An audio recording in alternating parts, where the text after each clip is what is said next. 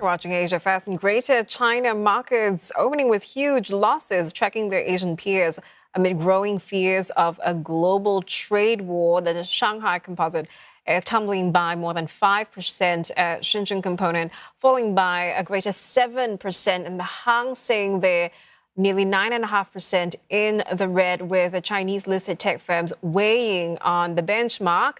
Let's take a look at some names in particular. Alibaba is more than 10.5% lower. Baidu nearly 10% in the red. Insurance sector shares, those are also leading the declines at the moment, with Prudential down by more than 12.5%. And a reminder of how other Asian markets are faring this hour as well. Nikkei 225, 6% lower. Singapore's STI also about 6% underwater. The benchmark index here, in fact, had plunged as much as 8.7% earlier, which would then make it the most since October of 2008. Taiwan's TAIEX nearly 10% in the red this hour. And we're joined by Mahesh Sethuraman, a Singapore CEO at Saxo. Mahesh, thanks for coming in. And of course, this is quite an unexpected morning, as we were just talking about. So it's grim as well for Hong Kong and China coming back from that holiday. I mean, are we even near the bottom at this point? I mean, it's impossible to say, right? It's a pure liquidation move. It's impossible to figure out what's going to work and what's not. And it's prudent not to kind of take an active sort of decision at this point of time. Just sit tight, allow for the panic to play out. It's pure panic move, right? If you look at gold, I mean, who thought gold would correct in a market like this? But that's because everybody's selling off everything, because there's liquidity crisis, right? Even if I am bullish gold, but if I have a margin call on my equities, the only way I can service it is by selling gold. So it's important not to read too much into this panic move, but at the same time, stay tight and survive and wait for greater clarity to emerge. Okay, so this is purely, the feeling, panic. But I wonder if it's enough to move, major economies to take some action. I mean, for China as well, the yuan continuing to slip. And over the past few sessions, we're hearing, growing talk of Beijing possibly allowing the yuan to depreciate. And I wonder if that could be something that they could do soon, and odds of that happening, and what it means for greater volatility in the FX space. It's interesting, right? In fact, that would have been my first expectation. On the day when Trump announces, I would have expected China to sort of allow yuan to depreciate. The fact that it's not happened to the extent that it should have tells me that China wants to wait and watch how this plays out. And to be honest, nobody expected, first of all, the scale of this tariff, and also the logic on which it's built is so flimsy, because this is not really reciprocal. It's a question of the scale of your trade deficit with US, which doesn't make too much sense. I mean, I don't want to mince my words. This is one of the greatest self-inflicted catastrophes in terms of policies in the world, and I hope that there is some sign of backtracking from the US. At the moment, there's not an obvious sign. They're trying to double down. So my guess is Europe and China are sort of announcing some retaliatory measures, but at the same time hoping that there'll be some signs of backtracking. If we don't see that, if this is set to continue, I think yuan devaluation is a given, and that's the best sort of policy measure China has to cope up with the tariffs imposed on them. So right now, it's just kind of a war of words at this point, but whether the action actually, is put into place, it depends on whether, we see the US backing down a bit. They also talk that, we could see China deploy other tools, including triple R cuts as soon as this month. Is that also something you think may not happen unless, we see, US, of course, continue to double down on their tariff stance? I mean, that's tricky, especially given the moves this morning. Forget triple R cut from China, which could be a more sort of medium-term policy measure. I mean, right now, the way assets are moving, I mean, it's a matter of time before Fed comes in and cuts rates out of turn. And that's how serious the implications of the market moves last week and particularly this morning are. Again, RR cut is certainly on the cards, but that's more as a medium-term measure. You could have some dramatic liquidity measures from all the central banks around the world sooner if this continues and US doesn't backtrack. Okay. Now, rest of Asia also really just a bloodbath, as we've been tracking Taiwan also nearly 10% lower. And over previous sessions, we've actually talked about how US exceptionalism that's fading, and then investors are looking elsewhere, Europe, Asia as well. Yeah. And I wondered if that still holds, given how jittery, how fragile, the rallies have been, and this just really proves it.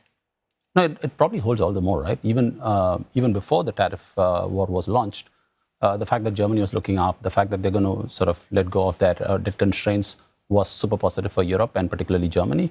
And the fact that China is showing signs of growing, plus the fact that the valuation is super attractive, and the fact that the government is kind of announcing closer collaboration with tech entrepreneurs was all positive signs. So even before the trade tariff, the case for diversifying away from US and into Europe and into China was pretty strong. And now, especially on the back of these tariff measures, it is imperative that investors are trying to spread their bets wide and try to, it's not prudent to reduce your allocation to US dramatically, but it makes sense to consider, moving away from US for the incremental investments as we go along. And one more thing that is also quite striking this morning is that commodities didn't really offer any comfort as well. WTI under 60 a barrel. Gold is tumbling. And as you pointed out earlier, we talk about gold prices rising in the lead up to those tariffs, but it's reverse course now. Really, what do you make of this?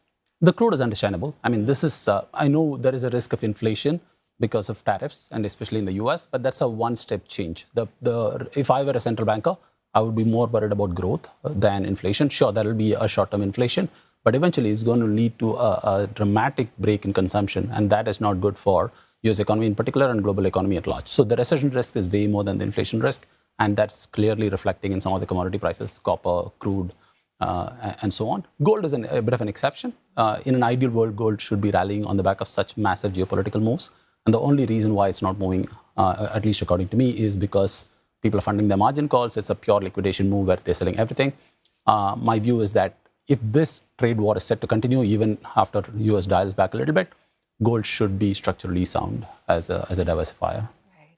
And just talking about, inflation and the odds of recession and growth in the US. And so the US Fed obviously has an inflation mandate. But could the threat of recession outweigh that? And we're really seeing growing bets that the Fed could cut rates as early as May. Yeah. Your expectation on what we could see then? I think so. I think the odds of Fed cutting, today morning the market is pricing close to 5 quarter basis points cuts, which is already a dramatic change in pricing.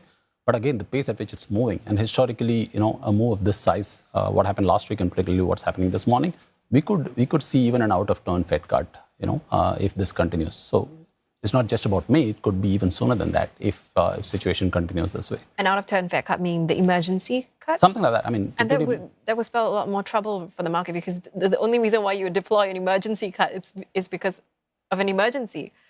So it is. Given the way market moves have happened last week, and particularly this morning, there's a clear sign of the fact that the market is panicking. And what we grossly underappreciate is that a lot of the assets are correlated, and we're just coming off the back of a massive AI wave, where a lot of the funds, a lot of the investors are heavily into AI names, and they're correcting massively. This could lead to a systemic crisis if this continues. Apart from the economic crisis, this could lead to a financial crisis if this is allowed to fester. I don't think Fed will act that soon, but I'm just saying if the scale of the moves that we've seen this morning plays out over the rest of the week, we could even see an out-of-turn emergency liquidity injection from some of the central banks around the world, including Fed. Right. And we enter earnings season on Friday. Starting with the big banks. What are you expecting to see? And as well as guidance, right? That's very important as well. Most people are looking out for, and also for the big tech names, which have already been kind of, struggling a little in the lead up to those tariffs. So what could we see in this Q1 earnings season? It would have been an interesting earnings season if not for the trade war, right? Everybody was talking about the fact that the US exceptionalism is slowly fading. There are signs of slowdown, and this could spell trouble for some of the margins of the big US names. But again, right now, none of that matters. Right now, it's a trade war which is at the central attention of the markets, central attention of the political and economic space at large. And I don't think earnings season is going to be as crucial as the fact that this trade war has to de-escalate first. And if it doesn't de-escalate, even if you have a superlative earnings season, it's not going to matter too much, to be honest. All right. We appreciate your time and your insights this morning, Mahesh. Mahesh Sethiaraman there. He is Singapore CEO at Saxo. And of course, we have more coverage of the impact of President Trump's trade measures in a special CNA correspondent podcast. Arnold and I, we explain how tariffs work and sort through a range of global reactions. You can catch that on our website, cna.asia, or Me Listen apps. You can also find it on Spotify and Apple Podcasts.